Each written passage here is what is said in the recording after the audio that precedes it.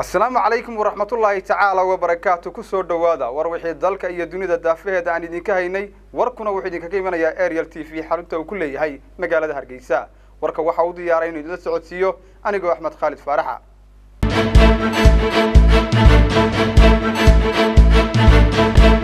قضبض ورك وجود دور كورونا وحى كمدا مدحوينها الصوماليلان أحمد محمد محمود سيرانيو أيها كهذا هذا لك صوير حسبية معارض كوكوادنا إن مدحوينها الصوماليلان حالة سعاف مدلي ذاته مدحوين كحينك الصوماليلان عبد الرحمن إسماعيل سيريع أيها كقيب قلي مناسبة لوجود دافري قال صدق كارك عد بحياشة أو دوان كبلا مساء قبل كمرض الشيخ وحجود هندل كلا سوق بجبي حملات كشهادة سنة كسيدات يا أفراد داوديال kuwaasi waxa ahayn qodobadii warka iyagu ugu door corona intii daawadeel kuwaasi waxa ahayn qodobadii warka ugu door corona imikii haatana isagiyo faahfaahsan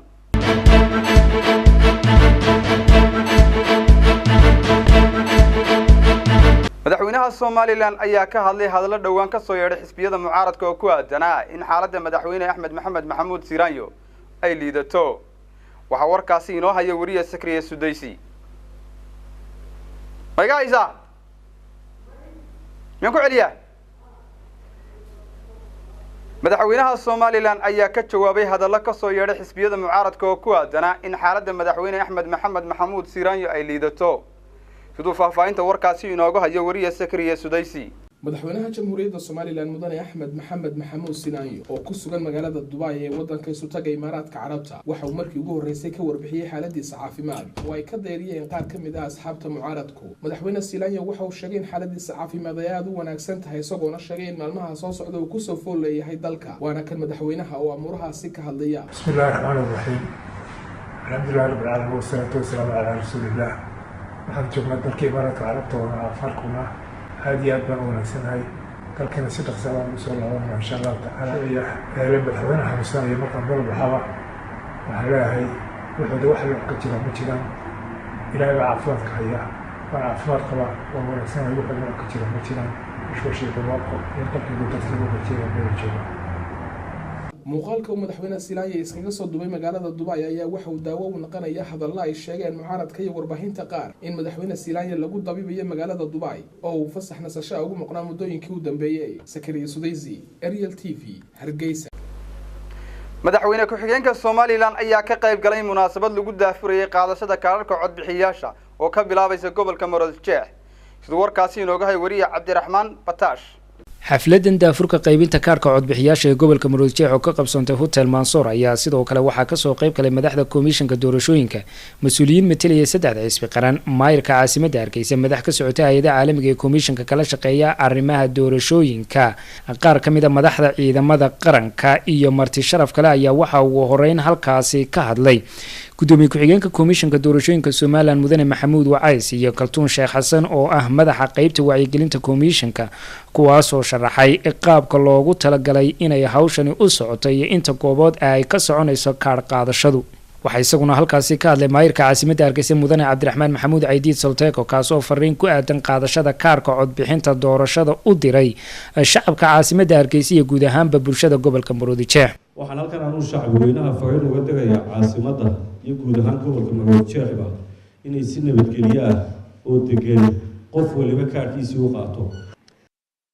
waxa iyaguna goobtaasi ka hadlay gudoomiyaha jaamacadda Hargeysa Dr. Maxamuud Yuusuf Muuse iyo Mustafa Saacad oo ah gudoomiyaha dalada Sonsaf mas'uul ku hadlaya afka hay'adaha caalamiga ee komishanka doorashooyinka kala shaqeeya dhinaca doorashooyinka oo isna halkaasi ka hadlay ayaa rajo wanaagsan ka muujiyay dhamaystirka kaarka qaadashada codbixinta doorashooyinka Soomaaliland geestoodana waxa munaasabadaasi ka hadlay Cabdirashiid Xasan oo ah gudoomiye ku-xigeenka labaad ee xisbiga Ucid Mujaahid Maxamed Kaahin Axmed gudoomiye ku-xigeenka koobaad ee xisbiga Kulmiye iyo xogayaha guud ee xisbiga wadani mudane Maxamed Cabdilaahi Urcade maanta waxa weeyaan kaar qaadashadii runtii labada gobol ee laga soo hadlay haddii aynu ka hadalno maanta Maroodijeex ama caasimadda Hargeysa waxa weeyaan waa muraayadii jamhuuriyadda Soomaaliland waa caasimadeeni weeye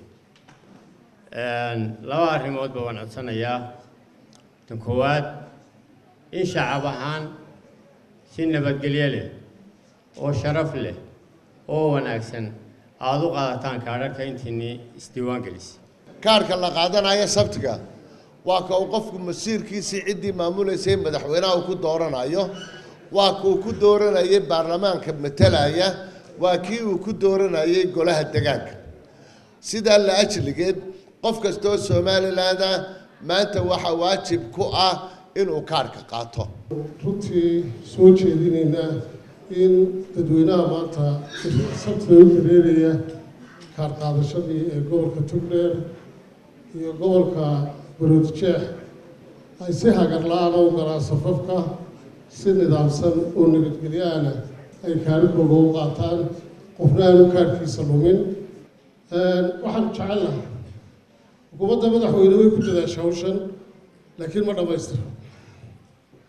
waxaa dhiman hawl aad iyo aad u muhiima hawsha waxa wada dhaqaale haddii la dhammaystiri waayo hawshan dhammaystirmi mayso madaxweyne 2 milyan ee hadhay waa hawshii lagu wadi lahaa doorashada lagu geli lahaa haddii aan hadda gacanta laga saarin commission oo aanay sii qorshaysan oo la yidhaahdo horta diiwaangelintu ha dhammaato markay diiwaangelintu dhammaato waa mar laga rabo in doorashadii la galo awoodna loo yeelan maayo waana lagu feelgaroobayo waxaan jeclahay arrintaana inaad xoog saarto oo wixii aad ka qaban kartaan gudoomiyaha komishanka doorashooyinka Soomaaliland mudane Cabdiqaadir Iimaan oo isna halkaasi ka hadlay ayaa ka sheekayay waxqabadkooda sheegayna in qof kasta oo isku daya inuu si sifa sharci darro u qaato kaarka codbixinta maxkamad la saari doono waxaanu markaa ku boorinaynaa oo leenahay muwaadin kaarkaaga qaado adiga naftaada qaado xaaskaaga u sheeg saaxiibka u sheeg ku boori jaarkaaga iyo qof kastood wada shaqaysaan inuu doonto kaarkiisii codbixinta weliba weydii haddaad tahay muwaadin isagu qaatay kaarka saaxiibo qaadatay kaarkii maxaad u qaadan weyday qaado waayo waxaynu haysanaa 7 cisho waa 7 cisho labada magaalo ah iyo miyiga ama meelaha ka baxsan labada magaalo oo 5 cisho ah 14 cisho waa dheeri aan ugu darnay waxa laga yaabaa inaanay dadku in badan qaadan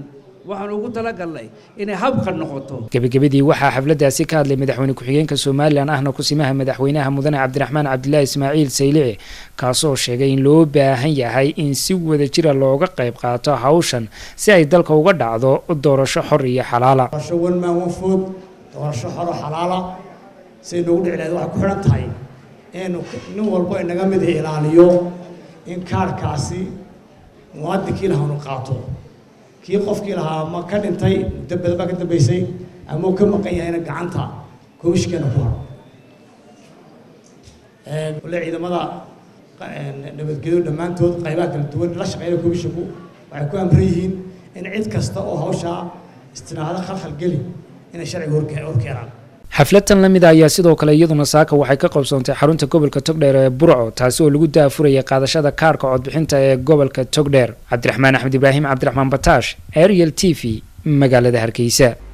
mas'uuliyiinta saddexda xisbi qaran ee Soomaaliland ayaa magaalada Burco kaga qayb galay daafurka qaadashada kaarka codbixiyaasha oo dhawaan ka bilaabmaysa gobolkaasi Togdheer waxa faahfaahinta warkaasi inoo haya Cabdilaahi Xudayfi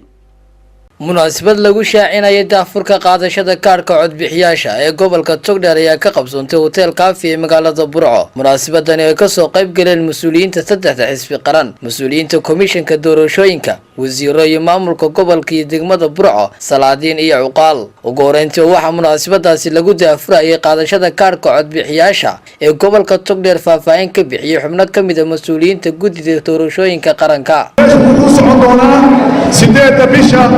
laga bilaabo ilaa iyo 14 Juulaay waa 7 cisho magaalada Burco ay ka socon doonaan 55 goobood magaalada Burco 55 goobood waxay furnaan doonaan 7 cisho oo ka bilaabata 8 bisha kuna dhamaata 14 bisha Juulaay wixii ka baxsan magaalada oo ay ku jiraan labada degmo ee ugu weyn iyo Buuhoodle waxay ka bilaabanaysaa 8 bisha si lamida tafarno laakiin waxay ka soo dhamaanaysaa 12 bisha oo iyadu waxay soconaysaa kaliya waa 5 cisho 5 cisho markay socoto waa la soo qaadayaa qalabkii la keenayaa jaamacadda Burco oo ah xarunta gobolka Togdheer wixii kaalanayay dib baa loo eegayaa dib baa loo habaynayaa dib baa loo tirinayaa 2 cishay qaadan doontaa 2 cisho kadib waxaa lagu celin doonaa xarumaha degmada oo dhaweyneey iyo buuqoodle waxay idin noqon doontaa 14 cisho oo dambe komishigu sidaa wuxuu yeelay si uu fursad u siiyo qof kasta oo ay suurtagal u noqon weydo 5 cisho hore inuu qaato dabadeedna nin kasta oo soo raagay ama hawlin ama duruuf ku timi wuxuu fursad kale haystaa 14 cisho oo u doono xarumaha labada degmo 14 cisho markuu horo waa la soo xireynayaa xarunta la keenayaa kadibna waxaa lagu xireynayaa xarunta komishiga doorashooyinka qaranka ee Hargeysa magaalada Burco 7 cisho marka ay dhamaato waa la soo qaadayaa kaarkii xarunta waxaa la keenayaa jaamacadda Burco 2 cisho waxaa laga shaqeynayaa dib baa goobo cayiman oo komishigu sanad garay ama doortay oo ka kooban intii hore ka yar ayaa la dhigi doonaa dabeetna dadku waxay heli doonaan fursad ah in halka ka qaataan halka waxaa ka qaadan doona maaha magaalada Burco waa dhammaan goobaha ay ka kooban tahay degmada Burco ilaa xuduud ilaa bari ilaa waqooyi ilaa galbeed dhammaantood way ka qaadan doonaan tuulo kasta oo hoos timaada degmada Burco waxay xaq u yeelanaysaa inta halka yimaado qofkii hore u qaaday inuu yimaado jaamacad halka ay ku dhigaan ay ka qaataan inaan la ilaawin ee lala shaqeeyo hawsha loo fududeeyo waxay u baahan yihiinna loo qabto oo uu dhabarka u ritay wixii kharaj ahaa ee ku baxaayay kaar qaybinta iyo doorashada waxaan halkan uga mahadnaqaynaa iyadana dowladda Mareykanka oo qalabka doorashada ee hadda soo socda in doorashada ku geli doono nooc kasta uu yahayba iyadana ay naga caawintay horena midowga Yurub ay nooga caawinay gudoomiyaasha xisbiyada kulmiye wadani iyo xogayaha duulista ee xisbiga UCID ayaa iyaguna goobtaasi ka hadlay barasaabka gobolka Togdheer Maxamuud Cali Saleemaan Ramaax iyo duqa degmada Burco Maxamed Yuusuf Cabdiraxmaan Muraad ayaa bulshada gobolka Togdheer ugu baaqay inay qaataan kaarka codbixinta ee doorashada ee bilaabmaysa maalinta Sabtida ee 8 bishan kala qaato oo qofku go'aan kuma yeelanayo dalkan wuxuu jecel yahay iyo wuxuu diidan yahay toona haddaanu haysan kaarka codbixinta marka muwaadin kaarkaaga si wanaagsan haddii aan la yidhaahdo gidigeenba aynu u qaadanno codkaad maanta muwaadin bixinaysaa kaasu waa inuu wax ka tara codkaad maanta bixinaysaa waa inuu wax ka taraa ictiraafka Soomaaliland waayo markaad codaynayso qaran baad codaynaysaa qarankaagana inaan qayrkaaya oo bulsho jooga ayaa kula anigaa ku ogoleena alaad hoos timaada codkaagu waa in muujiyaa oo caalamku ku muujiyaa oo dowladaha geeska Afrika iyo kuwa Afrika iyo kuwa kale u muujiyaa inaad tahay dad tashaday dalkiisa maamusha difaacanaya codkooda aanina uga habranayn ilaahay mooye xurmada iyagu leh aanu nin kalena sheegan karin oo muwaadin kasta oo jooga gobolka Togdheer iyo gobolka Maroodijeex inaanu ka baaqan oo uu qaato kaarkii isku diiwaangeliyey si uu helo xuquuqda ah inuu doorto cidda uu taageersan yahay haddii adigoo muwaadina oo reer Somaliland qofkii aad jeclayda aad dooranaysay waxaad ku doorato aad weyn soo nasiib darro ma tiradii Togdheer iska diiwaangelisay waynu garanayna tiradaa waa inaynu maantana qaadan saddexda xusbi inaanu dhex u noqonno ilaalinana shuruucda dalka u yaala kagana wakiilahay madaxweynaha jamhuuriyadda Somaliland Cabdilaahi Xudayfi Ariel TV Burco hogaamiyaha maamulka Qaatumo Cali Khaliif Galale ayaa wasiirka arrimaha gudaha Somaliland ku eedeeyay inuu ka soo horjeedo wada hadallada Somaliland iyo maamulka Qaatumo waxa faafaynta warkaasi inoo hayay Idris Cabdiqaadir Xirsi Professor Cali Khaliif Galale ayaa ka digay dib u dhac ku yimaada wada hadallada Somaliland iyo Qaatumo oo 10 bishan aynu ku jirno loo balansanaa inay ka qabsoomaan magaalada Burco hogaamiyaha Qaatumo ayaa eedayn ballaaran u soo jeediyay wasiirka arrimaha gudaha Somaliland isagoo ku tilmaamay shakhsi caqabad ku ah natiijo wanaagsan oo ka soo baxda wada hadallada shirkayagu wuxuu ahaa bisha 10keeda July burcuna ahaa annaga ku wada heshiinay iyaku kama bixi karaan hadday ka baxaan wadahadalladii oo dhan bay ka baxeen dibna uma dhigi karaan shirku wuxuu noqon doonaa aanan ku heshiina ma noqonayo waxaan markaa odhan lahaa warbal haddii kuwa meeshaa idiin jooga oo le dhulkan aanu u dhalannay ay tahay in lagu maslaxo in lagu masaajeeyo war waa shaqaalihiinna kuwaas war waa ku qariya guncad war faratoon waa ka xishoonnay war fardi ahaan baan uga xishoonnay wasiir ahaan baan uga xishoonnay oo wasiirka arrimaha gudaha yahay